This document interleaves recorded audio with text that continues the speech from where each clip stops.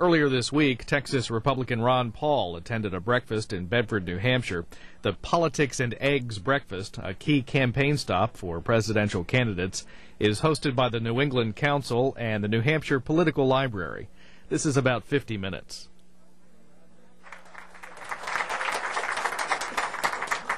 Thank you. I deeply appreciate that, and I am very pleased to visit so many people so early in the morning. And I guess you're used to getting out in the cold, but I had to even put a sweater on today. And coming from Texas, it's a little bit warmer there.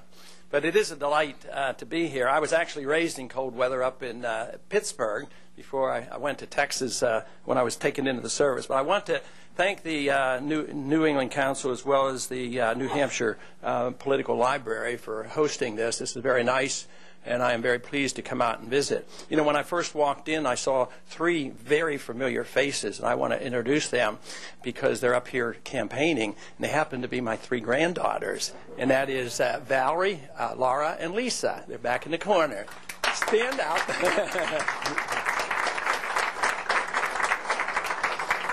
So with granddaughters like that, how can you go wrong with campaigning? When they're out knocking on doors. And the nice thing about campaigning in New Hampshire is there's a different attitude.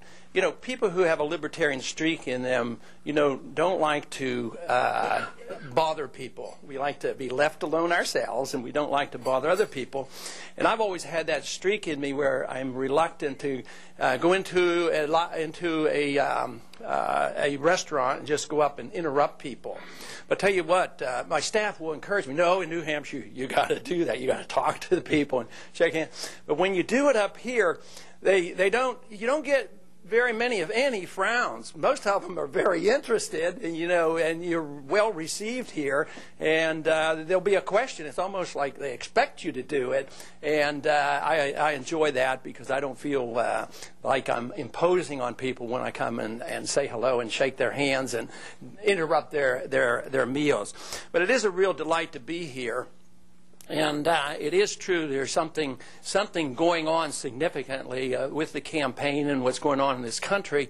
And I'm asked that continuously and, about the fundraising because, you can have enthusiasm, you can have a staff, you can have views that you think are very good, but you might not get any attention. And the attention seems to have come when the proof of the pudding was that there were a large number of people willing to send money.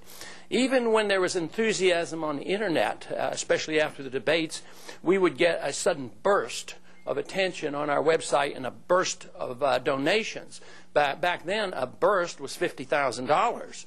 And $50,000 a day is not bad when you didn't have to do anything. You didn't have to call up anybody. You didn't have to pay money for direct mail, and you didn't have to pay any commissions. But now it's it's gotten out of control, and I don't know what to do about it. I mean, the money just keeps coming in. And so there is something really significant going on. So if it's the message, in one way it's sort of sad, because the message that I have is the message of America. It was said that I'm a champion of freedom. And if I had to summarize one word of what the campaign's all about, it's champion the cause of freedom and the Constitution that protects our freedom. And we talk about hope for America. We talk about peace, a different foreign policy. And if we do all these things, we have prosperity, and we really don't have to worry about our future. But if we don't do anything, we better be worried about our future. And I talk about those problems. So I find it interesting, though I spend most of my time in a speech or at a rally talking about the problems that we face, whether it's our overextension in foreign policy, our runaway spending, the runaway welfare state, the attack on our dollar, the problems are overwhelming. You know, we've been involved in medical care. The government's been involved for 30-some years, and nobody seems to be happy with medical care. The cost goes up, quality goes down, the doctor's unhappy, the doctors are quitting, and the expense goes up.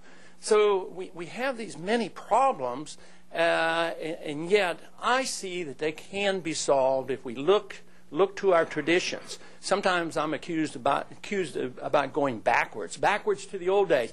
Oh yeah, he'd be a good candidate for the 19th century. But you know, the ideas of freedom are very new. If you look at all of history, most of history has been that of tyrants, kings and dictators, and it's been just a few years in the course of 6,000 years of history where the creative energy of free people has actually been released. And that is what we had in this country, and that's why we were the freest and the most prosperous. But something's happening today because everything has been undermined. The principle of the marketplace, the principle of property rights, the principle of contracts, the principle of sound money, it's been undermined. And actually our foreign policy has undermined our stature around the world. Today we're not well received. We're seen as being a bully that's telling everybody what to do. And if we don't like them, we put on sanctions. If they don't obey us, we bomb them. And then if they don't obey, then we invade them. And so we don't have a good reputation around the world. And besides, we're going bankrupt. I mean, we can't even run the war. We can't even run the welfare state without borrowing a lot of money from where? From the communists. Of course, the communists now are rather capitalistic. They sell us a lot of stuff. And we borrow money. And we print the money. And they take our money and then they loan it back to us. Actually, if they deny continuing to loan us the money to subsidize our current account deficit, the dollar is going to collapse. And they're not taking our dollars as readily, and that's why the dollar is down. And it is the measurement of our economic crisis that we're facing. It is the value of the dollar. I remember well the crisis of the 1970s. Matter of fact, it was the breakdown of a monetary system that was devised, and I don't blame anybody in New Hampshire for it, but it was devised right here in New Hampshire. And that was the Bretton Woods Agreement in 1944. It was a false gold standard. It was a gold exchange standard. The dollar was to be linked to gold, and the dollar was going to be as good as gold.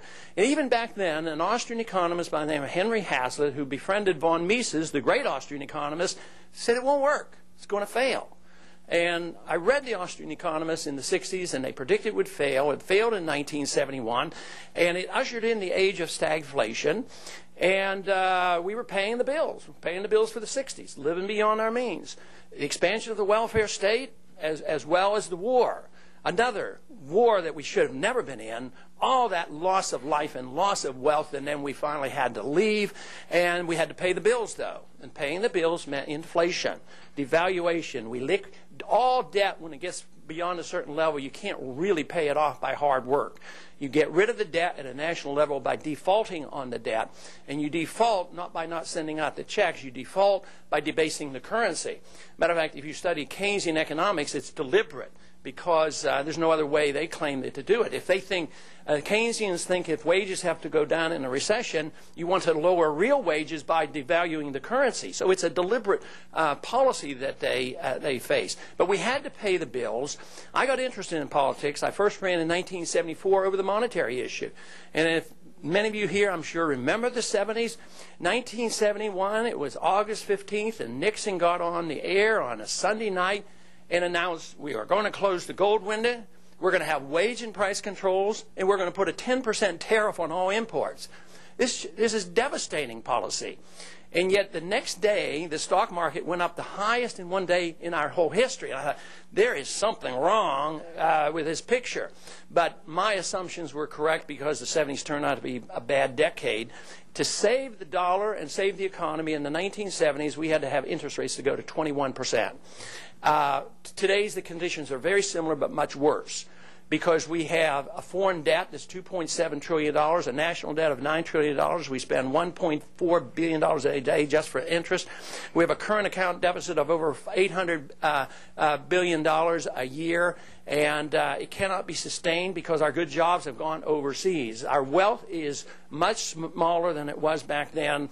So just raising interest rates to 21%, as Volcker did, to pull the dollar out of the nosedive, even then, we had to go begging to the IMF, and the IMF bailed out the dollar. But they patched it together and kept the dollar bubble going. But that's what we have now.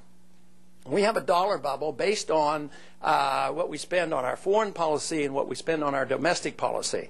We know what a NASDAQ bubble